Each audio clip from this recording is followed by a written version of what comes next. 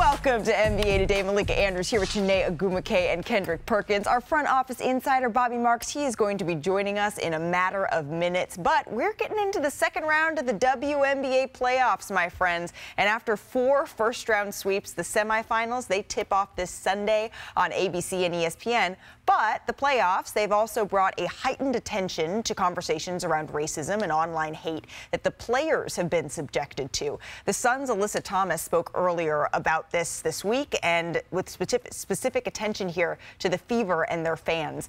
Indiana held their end-of-season exit interviews this morning, and Caitlin Clark and Aaliyah Boston, they were asked about the issue.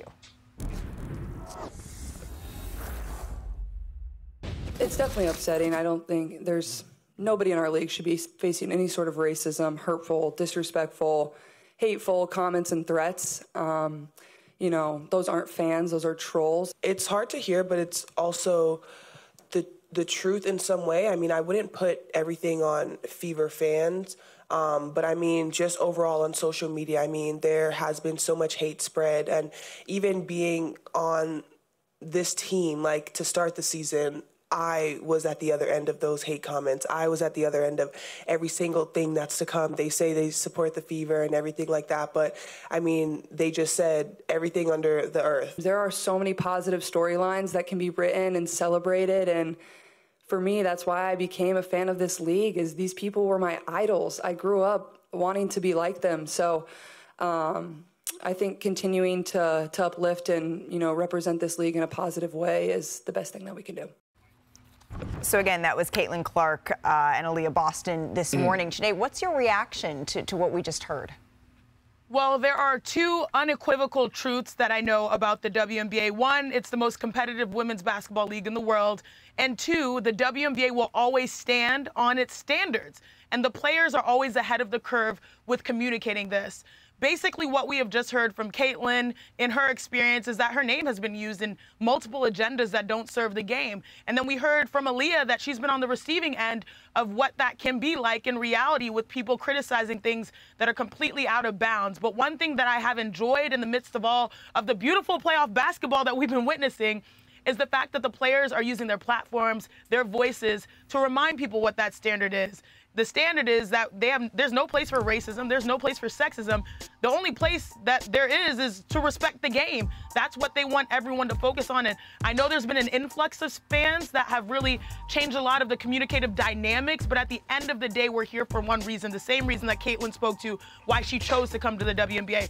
It's for the game to speak for itself and not let the trolls do the talking. No, I'm with you 1,000%, Sinead. You know the beautiful part about it is, right, we're watching 2 young WNBA All-Stars that got a superstar ceiling speak out on their platform, and they should, right? We should appreciate what they've done for this WNBA season, what Caitlin Clark has brought to the table, what Boston has brought to the table, what Angel Reese has brought to the table this season, and I think it's been a beautiful thing to see again.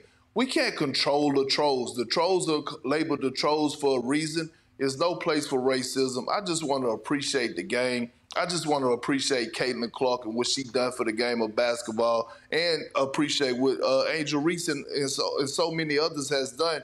This has been a beautiful season for the WNBA. We can't let negative people chime in and deflect us away from talking about what matters the most, and that's those young ladies going out there and doing their damn thing. Caitlin Clark's comments, Perk, were exactly on point. Those aren't fans, those are trolls, and we're seeing the league continue to grow. And I think all of us here hope to be able to see the fans be able to grow and listen, really listen to what these women are asking for in the support of their league. I do want to stick in the W here. Some surprising news out of Chicago. The Sky, they fired head coach Teresa Weatherspoon after just 1 season. Now, the Sky, they were in playoff contention, remember, for most of the year, but then they struggled a bit after the Olympic break, going just 3-13. They also lost star rookie Angel Reese to a wrist injury. That was on September 7th. That was a huge blow to their roster. And Angel Reese posted this in response to Teresa's firing. Quote, "I'm heartbroken. I'm literally lost for words knowing what this woman meant to me in such a pivotal moment in my life.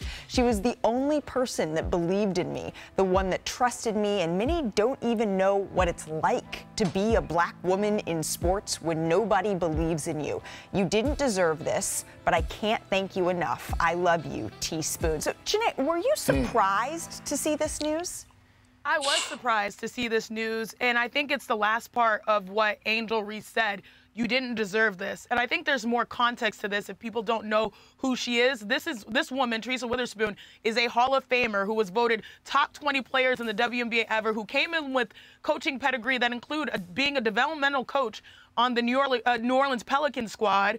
And that's how she entered the W, with a great situation in which you have two of the top rookies in the WNBA, but also realizing that it's a difficult situation because it's hard to establish an identity in that process.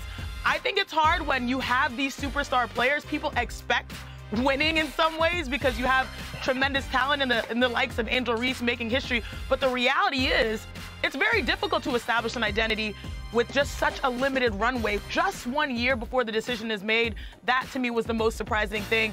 But I can see how it feels like Chicago, there was no direction, and it just led to this hard decision.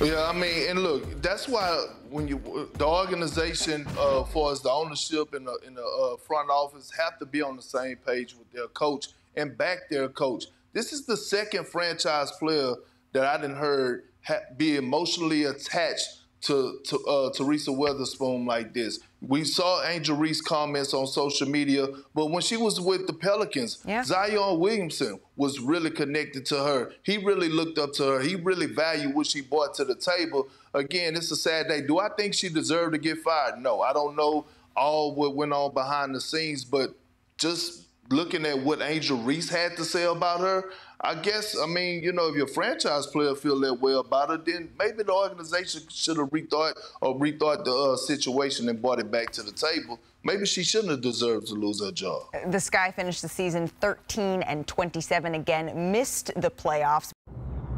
Year one is complete for Caitlin Clark and the entire experience we've got to see in the WNBA, and plenty success, plenty of growth as the season went on. Caitlin Clark, she spoke earlier about what's coming up next. I feel like there were so many ways I could have been even better this year, and that's what gets you going and gets you fired up, and you want to continue to keep playing. But at the same time, that's what stinks about the season ending is I felt like we were really starting to find our groove and really play good basketball. Just as a point guard and as a leader, there's a lot of areas that I can continue to improve. And you know, I'm a competitor and somebody that loves to work, so it won't be hard for me to want to get in the gym and to get even better. It's going to be nice, though, I think, getting out of the spotlight and just getting to live my life and do things that I want to do. And I love talking to all of you, but it's going to be nice to not have to sit in front of a microphone, you know, multiple times a week. I really appreciate all of you, but it will be nice to kind of get away and relax for a little bit. And I appreciate everything you all do as well, so I thank you. I think all of us can understand that, right? But Janae, this is the longest gap that Clark has had between games since the start of her senior year. That was all the way back in November, and that was 32 days. That's all she had. We were able to see what rest could do even at the Olympic break, what she was able to add. Now that she's able to really step away for a minute, what do we think we're going to see get added to her game here? Look, the only thing that maybe Caitlin Clark can add is a little bit of bulk, right? A little bit of muscle. A lot of people tend to, you know, work on their strength and, you know, weightlifting regimen when they get to the league. Because, again, that's the number that people sort of hear and they're like, what? As a rookie, she was the most blitzed, the most trapped. And so to be able to add a little bit of that physicality to handle that, turn the corner, even get to that mid-range, maybe turn around, get some fadeaways going, she has the IQ. She has the skill set. Yeah. Now, once she has a little bit of the oomph, watch out. The oomph, that's what it's officially called in the stats column. Oh, look at the oomph that she added in the offseason. But I think listening to her, Janae, they're talking about, you know what, it's going to be nice also just to take a little break from everything that came with this rookie season in the WNBA. There's not that many people that can relate to everything that she's been through. There's not that many folks that know what it's like to be in her shoes, but someone that does is LeBron James, right? And here is what he told Esquire when he was asked about Caitlin Clark. He said, I have a great deal of respect for her because I know exactly what it means to be drafted, to be the face of a franchise, and also get the scrutiny from a lot of people that don't believe you're ready for the next jump. And so me, watching Caitlin, seeing what she's doing, I've been in support of her since day one because I remember myself going through that, and she has my support 100%. She is a transcendent player. So, Perk, you and LeBron, you came into the NBA together. You know what he faced in his rookie season. How do you see the similarities between the coverage, what Caitlin Clark has been talking about and going through, and what LeBron James did? Well, everything, especially the pressure, right? And the pressure amongst their peers, right? When LeBron James came out in 2003, we heard, so many guys on record saying they couldn't wait for him to get to the league and he wasn't going to do this, he wasn't going to do that.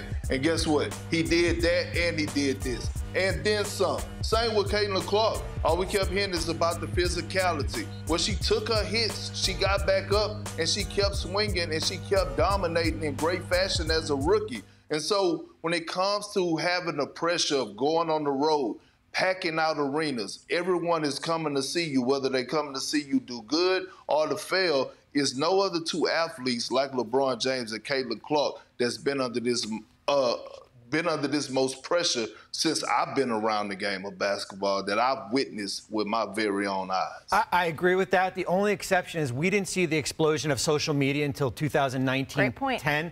Right now, we are at the high of it right now, and it's a little bit of a different atmosphere. Yeah, I absolutely agree. All right, that's going to do it for us here on NBA Today. Hey, enjoy the W playoffs this weekend, and we will see you for Media Day on Monday.